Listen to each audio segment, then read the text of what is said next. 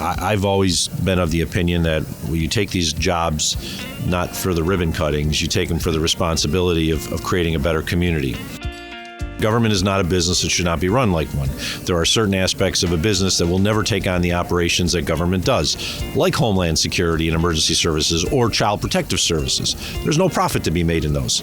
But you have a responsibility to the greater community to ensure that we do all that we can to protect the safety of our constituents and our residents. That's the number one responsibility of someone in government. If you ignore your mistakes, you're just going to fail. And in these roles, if you fail, then you've failed the greater community. Good government is finding ways to deliver the services to the public better and more efficiently. Our forefathers and mothers created our park system so they can enjoy them and we can enjoy them. Well, now we have to invest in them now so that not only can we enjoy them, but people 50, 60 years from now who don't know who I was will still be able to enjoy those parks because of the investments we did today. Welcome to the Good Government Show. I'm Dave Martin, and I'm about to have a conversation with maybe the county executive who had the toughest job in America from the spring of 2022 through the winter of 2023. And that's Mark Poloncarz of Erie County, New York, and that's the Buffalo area. First, his community was rocked by a mass shooting. A racist gunman targeted a local grocery store in an African-American neighborhood. His plan was to kill as many black people as he could. He killed 10 and injured 3 in a hail of bullets before he was apprehended by police. 6 months later, the gunman pleaded guilty to his hate crime, but that community is still reeling from that horrible incident. Then in December, it snowed. Not just snow, because Buffalo is used to snow. This was different. They called it a once-in-a-generation snowstorm. But it wasn't just snow. It was rain. It was hurricane-force winds. It was freezing temperatures. On one day, a record 2 feet of snow fell. People were trapped. Some people died in their cars. Rescue workers couldn't get to people who needed help. And all 46 deaths were attributed to the blizzard. So how do you manage a county and how do you provide leadership in a time of crisis? And not just any crisis. These types of events are events that in some ways you just can't plan for. And that's what we talked to Mark Poloncarz about. Well, that, and since we were talking about Buffalo, we had to bring up chicken wings. So join me in my conversation with Mark Poloncarz. That's coming up right after the break.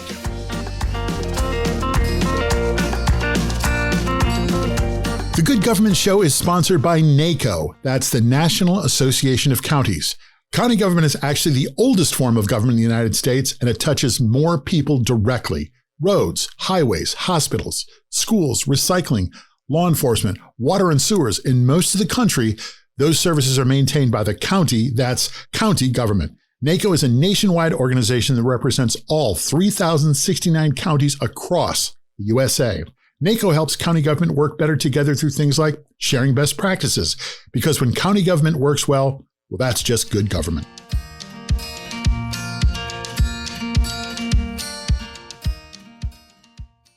Welcome to the Good Government Show. I'm David Martin, and we are about to have a conversation with Mark Poloncarz. Mark, thank you for being with us. If you would, introduce yourself, tell us where you're from and your title. It's my pleasure to be here, David. Once again, Mark Poloncarz, and the Erie County Executive for New York. There's 3 Erie counties, but I'm New York, which includes the city of Buffalo, 2 smaller cities and 25 towns. I oversee and manage a government of about 5,000 people that has a $2 billion budget, and it's responsible for everything, health and human services to parks and libraries, you name it. We're involved in Erie County. And county executive, that title, it's a big title. It's a big job. Yeah, a lot of people are like, what is a county executive? It's comparable to a governor. Yeah. I am the person responsible for the entire government. I'm elected on a 4-year term, and I appoint the department heads in our community. They're commissioners. They're commissioners in Erie County, New York, are not elected. They're appointed department heads. I have to deal with the legislature. So it's very similar to what most states have, which is a strong executive and a strong legislature. That's the same type of thing we have in Erie County, New York. One of the reasons why I was very interested in talking with you is because I think it's fair to say you've probably had the hardest job of any county executive in America over the past year. It's been a rough year. It was a bad year. We were finishing up, of course, the COVID-19 pandemic at the beginning of 2022. Sure. We went through the Omicron wave. More than 3,000 of my residents have died since the beginning of the COVID-19 pandemic. We've had significant impact from the pandemic. Then we thought we were going to get a respite. And of course, we had the horrible mass shooting on May 14th, in which a white supremacist from outside our area came into town to kill as many African Americans as he could, killed 10 people at the Top supermarket in Buffalo, which really isn't that far from my house. I've shopped there. I've shopped there in the past. I shopped there. It's not the primary place I go to, but I have in the past. I knew a couple of the people, not really well, but had met them before, who were killed. It was a horrible situation, and then because the supermarket was closed, it had an impact on the greater community as a result of food insecurity issues. Yeah. So the county was directly involved in trying to address the food insecurity issues as well as the mental health issues for the community. Our community suffered a significant trauma. Even if an individual did not know somebody who was murdered, they suffered a trauma with a white supremacist coming into our community to target and kill as many African Americans as possible. So Erie County was directly responsible for the mental health response and assisting the greater community. We got through that. Is there anything that you can say or do immediately that really helps? Yes, you can bring the community together. In my role, I immediately talked to a number of the pastors that are very respected in the community, and to sit down and say, okay, we need to come together. There was some worry that there was going to be riots, like we've seen in other parts of the country when something racially motivated occurred. There wasn't. The community came together to say, what do we need to do to help our people in need? And I think that's one thing that as county executive was able to do, is to bring together a number of partners from not only the private sector, not-for-profits, the houses of worship to address what was just a horrible situation. And then once we finally got through that, we've had a really rough winter because we had a storm in November with 7 feet of snow, and then we had a horrible blizzard in December that took 46 lives of county residents in many different ways. We know how to handle snow in Buffalo. Well, I was going to say, I mean, this is the snow belt, right? Yeah, and the problem was it wasn't even the most snow we've ever received in a storm in the last few years, but the winds were hurricane force, over 75 mile per hour winds, on average 50 to 65 miles per hour for 36 hours. And what was created were blinding conditions where you couldn't see more than 3 or 4 feet. So people got trapped in cars. Right. People got trapped in their homes. There were massive power outages due to substations freezing from not only the winds and the snow, but the extreme cold. Temperatures dropped down to the single digits. We had wind chills in the minus 30 category. And it was a horrible situation that we've gotten through as a community. The irony is, how do you manage something like that? Well, first off, you have to have the team in place, and we do. It's not our first snowstorm. We know how to handle snowstorms. The biggest problem we dealt with in the blizzard, unlike other ones, is we could not respond at the height of it because we were sending our specialized snow rescue teams out to rescue first responders, firefighters, police officers, EMTs that went out on calls got stuck. They just couldn't go anywhere because they couldn't see where they were going. It became a situation where it was the worst case scenario you could have as a government official, because in snowstorms previous or any other issue, we could send our first responders out. It might be difficult for them to get to where they were supposed to go, but we could do that. This was a situation where for approximately 24 hours, we couldn't do anything. First responders were getting stuck. We were sending emergency crews out on snowmobiles, and the snowmobilers were like, I've never seen a situation this bad. And these are people who've snowmobiled for their whole life. They had no idea where they were going. It was the worst case scenario. As a county executive, as a leader, when your hands are sort of tied, how do you deal with that? You have to get accurate information out to the public. That was one of our keys. The nice thing about today with the ability to do remote video calls and the like is we were at our operations center. Right. There was no media there. They couldn't get there, but we didn't need them there. So we could immediately put things out live and tell the public this is the situation. We understand this is not what we want to see. All of us want to be able to respond immediately. If someone's having a heart attack, you want to be able to send an EMT crew and an ambulance out to save them. But when the ambulance can't get through because there's 3.5 feet of snow on the ground and they don't know where they're going, then you have to just find ways to resolve the situation. The problem is we lost, as I said, 46 people in my county.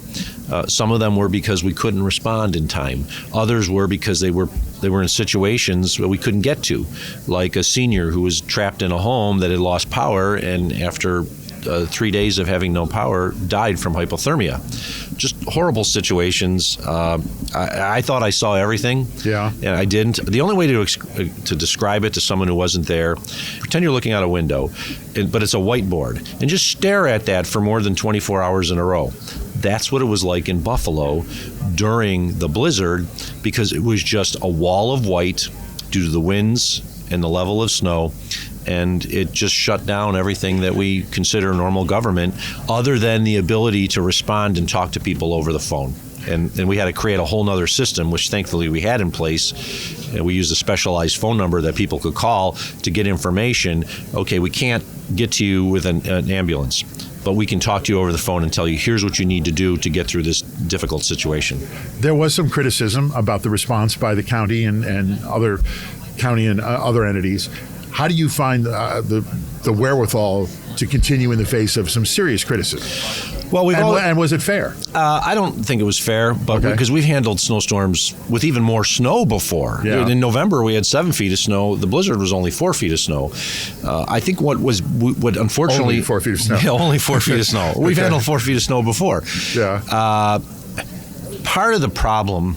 This is something that happens in the South too. People become numb to hurricane. Yeah. There's no scale for blizzards, but the best way to describe it, a blizzard under the National Weather Service is 3 hours or more of 35 mile per hour winds with less than a quarter mile visibility. That's a blizzard. We've had those before.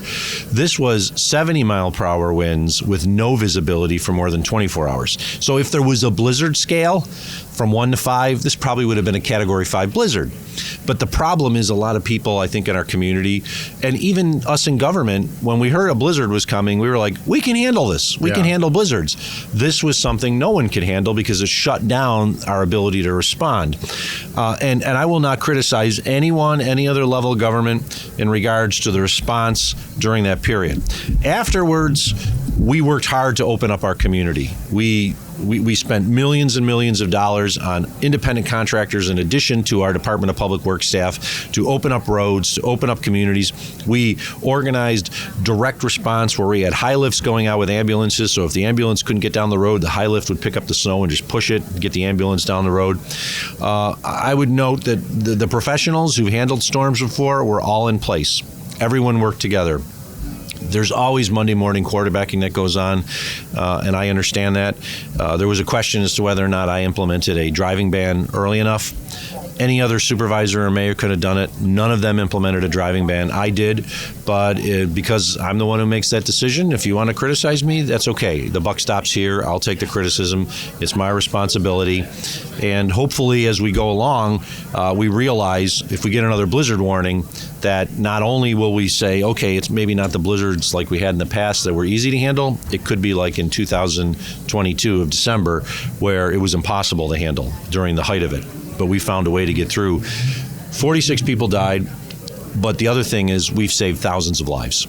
Okay. The actions that we entered into through government, through our Department of Homeland Security, Department of Public Works, all of the other governments that were involved, City of Buffalo, the towns, the state, everyone talks about the deaths, but we know because of the actions of many and the rescue missions that were done, we saved thousands of lives. When you have to send specialized snow rescue teams out to rescue first responders, yes, it's the worst case scenario. It's got to be, and it was. And so that must have been hellacious days for you. It was. I mean, I was at our operations center at 7 o'clock in the morning on the day the snow started falling, which didn't fall until later in the day. I drove out that morning. It was like 48 degrees and raining. Yeah. In a very short period of time. At 8:30 in the morning, it started snowing when it fell below 32. By 9:30, 10 o'clock in the morning, it was blizzard conditions. We basically went from 50 degrees to 5 degrees in a matter of hours. It was the worst case scenario you could see. I hope I never deal with that again. I certainly hope no other community deals with it again. But if we have to, we've learned a lot from it, in addition to what we learned from previous storms. How do I say this? Did you enjoy the challenge? It's not so much enjoying the challenge, just reacting. Yeah. As I said, I arrived at our emergency operations center early. This is among the hardest things that an elected official has to deal with. Certainly life and death issues, community safety. Kind of the reason why you get into it in the first place. Is it? How do you deal with that? You just work in the moment. Yeah. One of the things that we dealt with during the storm and afterwards, because of the sheer issues that we were facing, was the realization that we were not going to be able to get to everyone at any particular time at the height of the storm because of the ferocity of it, and the realization among us that there were people who were going to die that we probably could have rescued otherwise in any other situation, but we can't here. So it was just work through it. We know this is going to end eventually. We'll be able to get out there. In the meantime, what can we do to save as many lives as possible? I've always been of the opinion that you take these jobs not for the ribbon cuttings, you take them for the responsibility of creating a better community. I look at my view of government is not a business that should not be run like one. There are certain aspects of a business that will never take on the operations that government does, like Homeland Security and emergency services or Child Protective Services. There's no profit to be made in those. But you have a responsibility to the greater community to ensure that we do all that we can to protect the safety of our constituents and our residents. That's the number one responsibility of someone in government.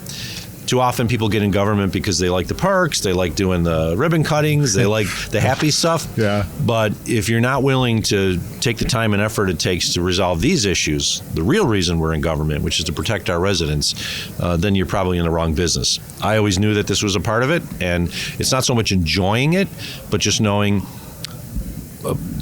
put your the old head to the grindstone and just do the work, and afterwards realize what you did well and were there things that could have been done better, and learn from it. One of the things we try to do on this show is to share some best practices.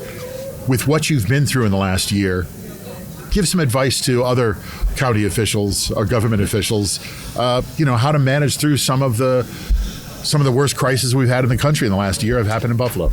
Yeah, first off, you got to really have good staff. You will succeed or fail as an elected official, as an appointed official with the staff that surrounds you. So you have to have good staff who are trained. You do not want to be teaching people how to respond in the middle of the emergency. And for some... A friend of mine in the police department used to say, you can't sharpen your sword once the battle has begun. Correct. Yeah. And if you do not have the people who are trained to address these issues at the time it's needed, you're going to fail. So you have to have those people in place. I know it's very difficult in some of the smaller communities, smaller counties, because they don't have the staff resources. Well, then you have to build up good relationships with your state so the state can come in and help out. The other thing is, I learned a long time ago when it comes to snowstorms, in our emergency operations center, there are no generals. Everyone's a private. Okay. Everyone has a role, but anyone's idea could be the best idea. And there have been times in which the newest individual on the staff who's never gone through it before may come up with an idea and a recommendation that is so much better than what we're used to. And so you got to put the hats off, take the hats off. No generals, no leaders per se. Everyone has a role. And what you end up finding out is the collaboration and the work is so much better. And sometimes there are innovative things you may not have thought of that come from someone who just looked and said, I think there's ways of doing it. It's very similar to the theme of your show, the Good Government Show. It's how can we do things better? Thank you for that. Yeah. And I look at it as if we as community leaders realize maybe you're elected by the public, but perhaps that first-year account clerk who's working on these issues has a better idea. Go with it. Don't worry where it came from, because in the end, and once again, it's about doing the best job you can for your constituents. And the best ideas often are from others who may never have been in that situation before, but said, instead of doing X, why don't we do Y? And sometimes Y is better, so let's do it. Do you have conversations? Do you meet regularly with your staff? Just drop in? And first off, I'm a full-time position. I'm required to work full-time based on the Erie County's charter. So my entire time is dedicated to this. I'm attorney by trading, but I don't practice anymore.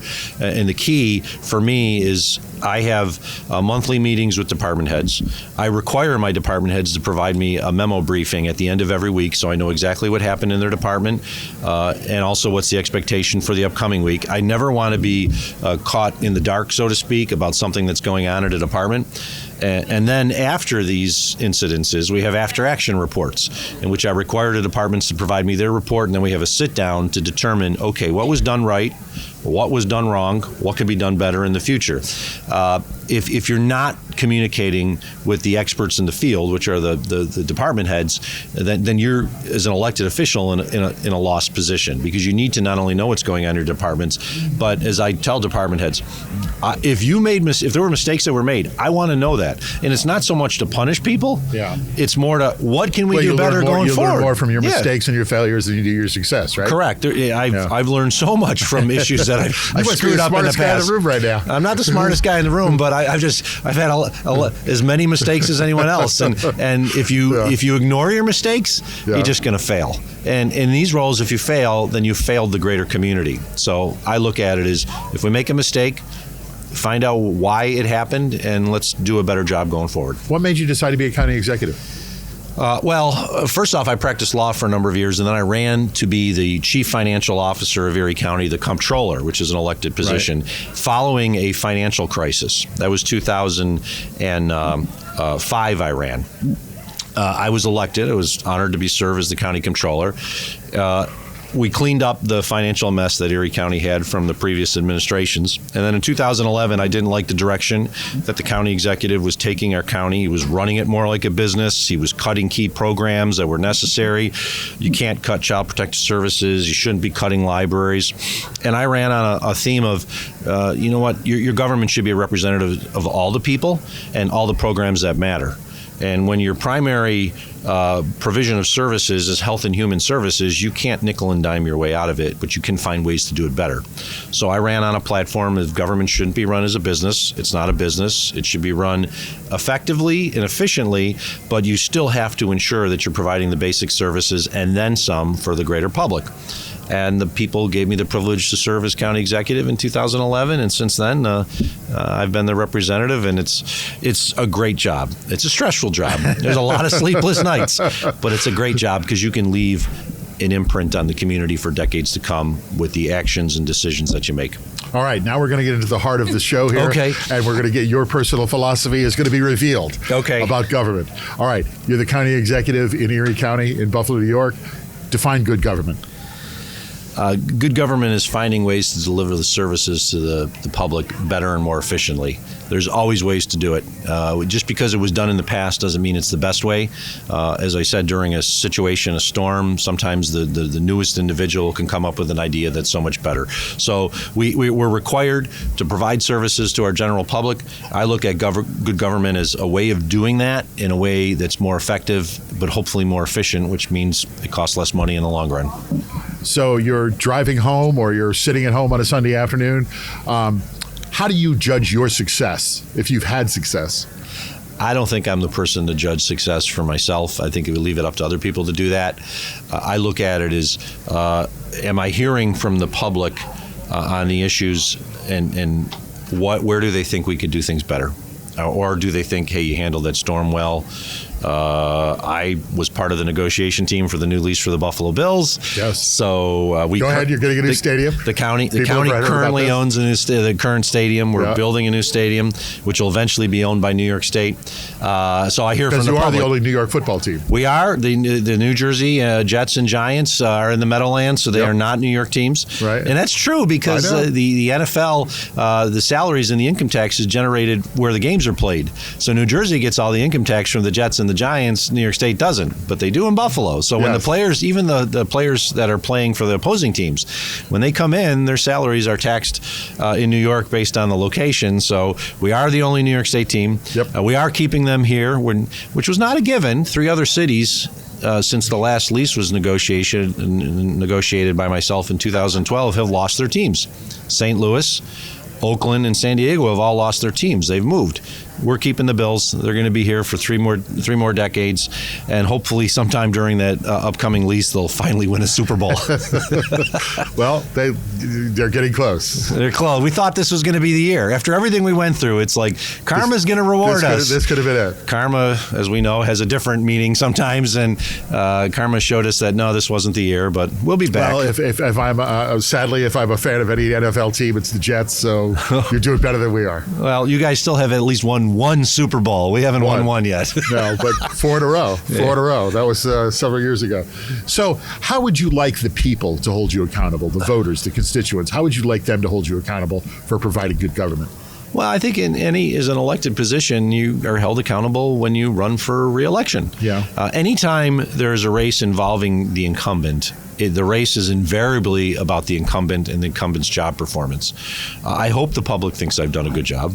I look at it as you're never going to please everyone. I learned that a long time ago in government, is that if you try to please everyone, you're not accomplishing anything, because the only people who will please everyone in elected positions are ones who are not actually making a difference in their community, because someone's going to get angry because of a policy decision you entered into or you took. So I look at it as you're never going to please everyone, but hopefully you've done enough to create a better community. My goal, and I said this to my team when I first walked into office as county executive, is I don't want to be measured on the day, but when I finally leave office, have we left our community in a better shape than it was when I took office? And I believe the answer is yes. Buffalo, Erie County is in a better shape since I took office in 2012. That's how you have to look at this. If you're trying to analyze it on a day by day, you're missing the big picture. Okay. The big picture is, have we left our community in better shape than we took it? Is the economy stronger? Are there less people that are in poverty, and there's less people on public welfare rolls, so to speak? Have you created more opportunities for advancement in your community for people of all sectors? One of the key things my administration is working on right now is health equity issues. We know coming out of the pandemic that the pandemic showed the gross inequities that exist in healthcare in our community and across the country. So how can we alleviate that so if there's a pandemic in the future, we don't have inequities? My goal is big picture. Maybe 20 years after I'm gone, someone will say, County Executive Poloncarz and his team did a good job of creating a better community. That's a success for me, but that's up for other people to determine. If people feel like they're not getting good government, what should they do? What would you like them to do? Well, if they feel they're not getting good government, first off, they should talk to their representatives. They should let them know where they think they disagree, and a lot of people do that. Yep. But if you really feel that it can be done better, run for office. I know a lot of folks who are like, oh, they do a terrible job. And it's like, well, why don't you run for office? Oh, I don't have time for it. Well, if you think you could do a better job or your community can be better represented, run. I consider being in an elected position very honorable. It's not many people who truly think that anymore. They think, oh, elected officials, politicians are all crooks. If I wanted to make more money, I'd go back to the private sector and practice law. I'd become a lobbyist. I could make a ton more money. It's not about making money. Okay. It's about making a difference in your community. And if somebody really believes they could do a better job, they should run, or at least get to know what those officials really deal with on a day-to-day basis. The issues we deal with run the gamut, as you can imagine. One of the first problems I dealt with when I came in office as county executive is we had a number of children who were dying due to the abuse of parent substitutes, like a stepfather, and our Child Protective Service unit didn't seem to be protecting them to the level they should have. When I ran for county executive, there was never a discussion about child protective services in Erie County. But it was an issue that had to be addressed, and we just, okay, what do we need to do? Let's bring in some experts from the child protective service field across the country to figure out what we're doing right or wrong. And if we are doing it wrong, how can we do it better? And that's not an issue even I was really aware of when I ran for county executive. So sometimes you got to kind of put yourself in the shoes of the other to realize the difficulties that are faced. And if you really think you could do a better job, run. You are a comptroller, now the county executive. What would you like people who aren't in government to know about government? I think a lot of people assume government is this bloated operation that's run inefficiently, and I actually think it's really different. Government in most situations is run very efficiently. We have to be. We're accountable to the people. You want to avoid anything that looks like, oh, we're out there raising taxes for no purpose other than having a good time. And I think there is this image that government in itself and the people who work in government are not doing a good job, and I look at it opposite. I see what the career civil servants are doing, people who've dedicated themselves to a community.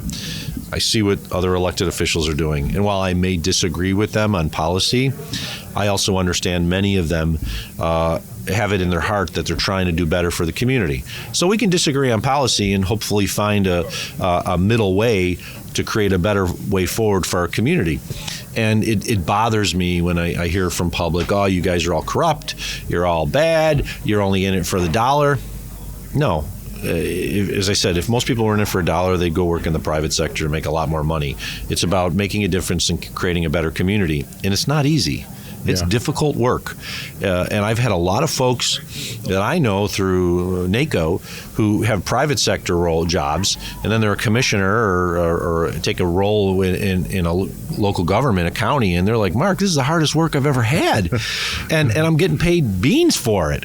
And I go, yeah, this is difficult. But you have to understand that if you feel that this is going to be easy, then you're probably going to get your head handed to you, because this is the type of work that keeps you up at night. Yeah, a lot of sleepless nights, and in the end, it's not always solved in the way you want. But you have to go ahead and try to figure out the best way forward, and hopefully get there. Okay, so Buffalo is famous for one thing and one thing only: buffalo wings. I'm coming to Buffalo. Are we having buffalo wings, or are there better buffalo dishes? Well, first off, if you go to Buffalo, don't call them buffalo wings, call them chicken wings. Chicken wings. If you ask for buffalo wings, they'll go, oh, that person's a tourist. Chicken wings are great. We have a lot of great wing establishments. There's two places, the Anchor, and there's another place that claim to be the home of. Oh, Anchor Bar is noted as the home of the original home of the wing. Right. So that's partially in dispute. Yeah, there's another place I thought they claimed it too. Duff's is well known. President Obama went to Duff's. So there's always a fight between them when a president comes into town. Where's the president going to get their wings? Yeah. There's a lot of good restaurants, Gabriel's Gate, Bar Bill in East Aurora. They're all known. Every year they fight for the best wing in Buffalo competition, and it always seems to get moved around. So yesterday was the Super Bowl. Did you have wings? I did not. I was here. I didn't have wings. Oh, man. Because nothing matches the wings back home. The wings back home are superlative to what you often find in other locations. The wings are bigger. They're prepared better. How hot do you get your wings? I can get them hot. But hot is hot, really hot back home. Usually I'll have like one or two hot wings and the rest will be medium. Okay. I tell folks, if you go to the wing establishments in Buffalo and you ask for like the extremely hot, don't. You're going to pay the price. The other thing we're known for on food-wise is a dish called beef on weck. It's very thinly sliced roast beef on a Kimmelwick roll, which is a roll that's got caraway seeds and salt on top. Phenomenal roll. And then usually the only thing you'll put on it, if you put anything on, is horseradish.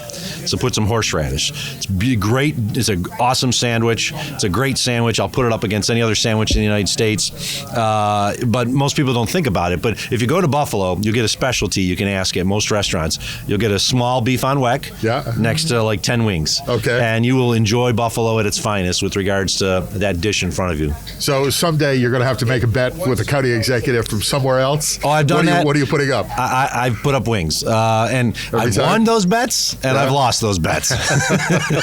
And I'll say this: I just say if we lose the bets, it's like, hey, you got to honor a bet. 50 wings are coming down to whomever it was. Right. That's happened to me before, and I've also won bets. Okay. And it's always nice when you get that in return. Sure. Was being a politician and being in office, was it something you always thought about? I mean, as a kid, were you class president? I was not class president. I actually ran the campaign for the person who ran for class president. I always loved politics. I have to admit that. I went to law school. I became a lawyer, but I practiced and did a lot of work behind the scenes in politics. I worked on Democratic politics as an advance in a couple of political campaigns during the Clinton years. I ran John Kerry's campaign in basically upstate New York and northwestern Pennsylvania for a while until the end when they brought in somebody specialized for northwest Pennsylvania. So I've always been involved in politics, one form or another. I've been delegates to Democratic National Conventions, but I love it because too many people, they say, look negative on politics and government, but this is a way to positively impact people's lives. If you think about democracy and the original Greek meaning and politics and the Greek meaning with regards to polity and what it is, I think you look at it, it's to create a better life. It's to come together as a community and make decisions to create a better life for all. And that's a pretty good profession to be in. Let's finish on an up note. Tell me some of the things that you're excited about that you're working on in Erie County. We are focused on a lot of economic development issues. I grew up in a small city south of Buffalo, city of Lackawanna, where Bethlehem Steel used to have one of its largest complexes. Yep. The steel it's in the Empire State Building and the Golden Gate was forged in Lackawanna, New York. Bethlehem Steel closed in the 80s. My father was a steel worker. So it sat vacant. 1,000-acre area sat vacant. County's been involved in the work to turn that over, and we're bringing in new businesses. We've got 250 Are you familiar with the steel stacks and the Bethlehem? Oh, yes. Yeah. Are you trying to do something similar? Well, yes and no. We're looking at it as we want to return this land to productive economic use. Okay. So we are putting some trailways and access to the Lake Erie that didn't exist before for the public, but we want to return it primarily to economic use. I should explain, but in Bethlehem, Pennsylvania, where the headquarters of Bethlehem Steel was, they've created an arts community. They've bought, a lot of those old buildings have been revitalized, mostly around the arts. Correct. And there's also like a little walk you can take along the steelwork. So that's... Yeah, we kept, most of the buildings were torn down years ago. Yeah. But there were some that were saved, but those are pretty much being used by companies for various functions. And my look at it is, we're never going to have 20,000 people working there like they did at the height of Bethlehem Steel. But we've been able to bring hundreds of jobs back with green tech companies, high tech companies. So the area that once produced the steel for America is now producing products and ideas that can help power America going forward. And so that's a big project that I've been working on. As I said, we're working on issues of health equity as well as getting more people involved in the healthcare field. I was talking to Gene Sperling from the Biden administration earlier. We've been in contact a lot. Gene had me at a forum earlier this year at the White House because we have a program called the Erie County Healthcare Careers Grant.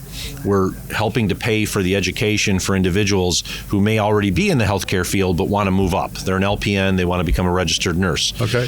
They're phlebotomists. They want to move up and become an X-ray technician. So because they already have a commitment in the field, we are helping to pay for their education. We have so many people that are interested in the program. Not only are we putting in more additional federal and local dollars in the program, but the program's being replicated across the country because it works. We can see it work. If you take somebody who's already in the field and wants to advance their career, there's a much greater chance that that person's going to succeed than someone who's never worked in the career before. And stay with it. Yeah. Right. So what we're seeing is we know healthcare, we know the issues facing our country. We need more healthcare workers. We need more registered nurses. The more we can train them, the faster it can be, the better we'll be as a community. So that's a program that we're working on. And there's just so much. We continue to invest in our libraries. We're investing in our parks. Our forefathers and mothers created our park system so they can enjoy them and we can enjoy them. Well, now we have to invest in them now so that not only can we enjoy them, but people 50, 60 years from now who don't know who I was will still be able to enjoy those parks because of the investments we did today. That's the great thing about government. 20 years from now, if they name a park after you, you'll know you did good. If they name a park after me, and that's all I ever got out of this job, that would be worth it. Okay. All right. Well, this has been a great conversation. I just, there's probably one more month of snow, so I think you might be We're worried. Okay. It could happen. In 2014, we had a blizzard in March. Okay. So I'm keeping my fingers crossed. I'm hoping it doesn't happen, but it could. You got another month to go, and I think you'll be okay. A very interesting conversation. Mark Poloncarz, thanks so much for coming by, and a better year next year. Thank you, David. I appreciate the conversation, and certainly appreciate the comment about a better year, because it's been rough. It has been rough, but you've gotten through it. Thank you. You're welcome.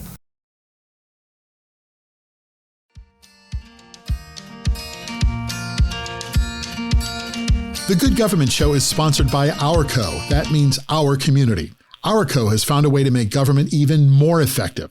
Ourco provides a platform that blends in-person and digital interactions, and that connects people with their government. Their mobile app transforms meaningful conversations into reliable data, and the result is actionable insights that inspires a positive change. It's sort of like having a flashpoll. Do you want to know if the community would rather have a dog park or a bike trail? Ourco can get you an answer immediately from the folks in your community. With Ourco, you can engage your citizens or any group, learn what they want, and build programs and policies that advance your county, your job creators, and your constituents. So visit Ourco.com, that's OURCO.com, and learn how they do it. And while you're there, book a demonstration. That certainly was a lesson in crisis management from Mark Poloncarz of Erie County, New York. As he said it, a responsibility to the greater community. That's what helped guide him through a rough year, and it's what keeps him going. It was a hard year to be sure, but like any leader who goes through a crisis, you learn, you evaluate, and you improve. Anyway, that's what I learned from my conversation with Mark Poloncarz. I'm Dave Martin. This is A Conversation With. So join us next time when we have another conversation with another government leader right here on The Good Government Show. Thanks for listening.